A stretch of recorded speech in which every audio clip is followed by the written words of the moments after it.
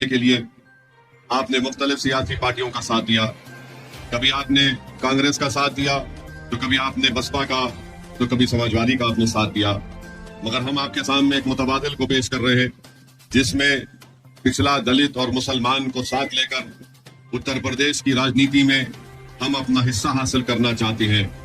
अगर आप समाजवादी को वोट देंगे तो सिर्फ आप वोट डालने वाले बनकर रहेंगे, और जब आप पर मुसीबत और तकालीफ के पहाड़ तोड़े जाते हैं तो समाजवादी पार्टी की जबान से लफ्ज मुसलमान नहीं निकलता।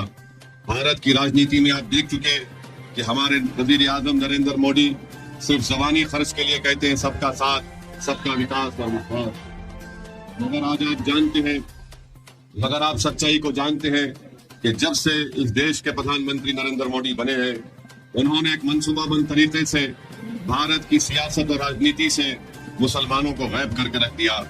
आज आप बीजेपी के एडवर्टाइजमेंट उठाकर देख लीजिए, वहां पर लफ्ज मुसलमान तो छोड़िए, लफ्ज अकलियत भी आपको नजर नहीं आता। तो मेरी आपसे गुजारिश है कि आप मुत्तहदा तौर पर आने वाली 25 तारीख के दिन आप पीडीएम के उम्मीदवार को अपना वोट देकर कामयाब करिए। डरने और घबराने की जरूरत नहीं है आपको। आप जानते हैं कि अगर आप भारत की राजनीति में अगर आप अपना मुकाम हासिल करना चाहते हैं, अगर आप एक इज्जत और की जिंदगी गुजारना चाहते हैं, मैं आपसे अपील कर रहा हूं कि आप मुत्तहदा तौर पर अपनी एक सियासी क़यादत को बनाइए। ना समाजवादी ना बीजेपी इन तमाम बातों को कबूल करने के लिए तैयार है। भारत के वजीर आजम है और कहते हैं कि मुस्लिम बहनें का बच्चे पैदा करते हैं। भारत के वजीर आजम है और कहते हैं कि हमारे हिंदू बहनों के गले से मंगलसूत्र निकालकर मुसलमानों को दिया जाएगा। भारत के वजीर आजम है और 17 करोड़ अवाम के ताल्लुक से वजीर आजम कहते हैं कि हम घुसपैठी हैं। उत्तर प्रदेश का मुख्यमंत्री कहता है कि किसी की आत्मा आ गई है, वो हो रहा है। याद रखिए, अगर आप अपनी क़यादत नहीं बनाएंगे तो फिर हमको या तो ऐसा जहर दिया जाएगा जिससे हमारी जल्दी मौत हो जाएगी, या फिर ऐसा स्लो पॉइजन दिया जाएगा कि वो स्लो पॉइजन से भी हमारी मौत होगी। तो सियासी तौर पर हमको जिंदा रहने के लिए मैं आपसे बार बार कह रहा हूँ, मैं हमेशा उत्तर प्रदेश आता रहा और आपसे ही बात को कहता रहा। बाज ने यकीन किया, बाज ने सिर्फ जलसे में आकर मेरी बात को सुनकर चले गए। मगर बताइए आप, 2014 का लोकसभा का चुनाव, 17 का विधानसभा का चुनाव, 19 का लोकसभा चुनाव और 2022 का विधानसभा चुनाव, अगर मैं आपसे कहूंगा कि क्या आपने बीजेपी को वोट दिया, तो आप सब हाथ उठाकर कहेंगे कि हमने वोट नहीं दिया। अगर मैं आपसे पूछूंगा कि तुमने वोट क्यों दिया समाजवादी को, तो आप कहेंगे कि वो बीजेपी को हराने के लिए दिया। मगर बताइए आपका वोट कहाँ चला गया है। तो मेरे अजीज दोस्तों और बुजुर्गों, मेरी आपसे दबन गुजारिश है कि आज आपके दरमियान में एक मुतबादिल है, एक विकल्प है। बीजेपी को अगर कोई रोक सकता है तो ये पीडीएम का इत्तेहाद रोक सकता है, जिसमें पिछड़ा भी है, दलित भी है और मुसलमान भी है। अगर आप समाजवादी पार्टी को वोट देंगे तो सुनिए वक्त कम है। अगर आप समाजवादी पार्टी को वोट देंगे तो आप सिर्फ उनके यादव परिवार को मजबूत कर रहे हैं। बताइए, आज आप देखते हैं कि यही इलाहाबाद में एक शख्स जिसको कोर्ट ने सजा दे दी गई थी, जिसके हाथों में हथकड़ियां थी, पुलिस की मौजूदगी में उसको हत्या कर दी गई। कोई नाम लेने तैयार नहीं था।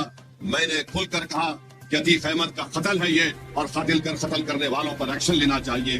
आप जानते हैं मेरे भाई, फिर आप देखते हैं कि जेल में मुख्तार अंसारी, उनका परिवार कह रहा है कि उनको स्लो पॉइजन दे दिया गया। जब नाम लेने के लिए तैयार नहीं है तो कोर्ट के हकदार कैसे बन सकते हैं आपके? बताइए आप बताइए, कब तक हम सिर्फ जिंदा रहने के लिए वोट का इस्तेमाल करेंगे? क्या हमारे इस गांव में हमारे बच्चों को शिक्षा की जरूरत नहीं है, अस्पताल की जरूरत नहीं है, इंसाफ की जरूरत नहीं है? चुनाव आएगा और सब आपके दरमियान में आकर कहेंगे कि इनका खौफ दिलाया जाएगा, बीजेपी का खौफ दिलाया जाएगा। तो कभी ये बताएंगे कि हमको वोट दो, हम तुम्हारी इबादत गाहों की हिफाजत करेंगे, हम तुम्हारे घर की हिफाजत करेंगे। जो लोग समाजवादी पार्टी को वोट देना चाह रहे हैं, आपके अख्तियार है, आप जिसको चाहे वोट दे। मगर बताइए, जब बुलडोजर से घर तोड़े जा रहे थे तो क्या अखिलेश यादव आज आपके दरमियान में आकर खड़े थे? जब बुलडोजर चलाए जा रहे थे तो जावेद, सुनिए, जब बुलडोजर, सुनिए भाई सुनिए, अरे सुन तो लीजिए, जब बुलडोजर चल रहा था तो जेल को कौन जाता है? जावेद जाता है, शालम जाता है, जीशान रहमानी जाता है। ये कौन है? ये मजलिस के हमारे सिपाही हैं। इसीलिए मैं आपसे अपील कर रहा हूं। अब रहा सवाल कि प्रधानमंत्री जो बार बार ये भाषण देते हैं कि बच्चे ज्यादा पैदा कर रहे हैं, प्रधानमंत्री आपके खुद 6 भाई हैं, अमित शाह के 6 बहनें हैं। प्रधानमंत्री ये भूल जाते हैं कि भारत सरकार का डेटा यह कहता है कि मुस्लिम खवातीन का, महिलाओं का TFR रेट गिरा है।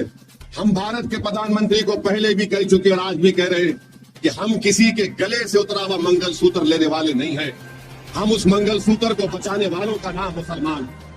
प्रधानमंत्री कहते हैं कि मंदिर को ताला लग जाएगा।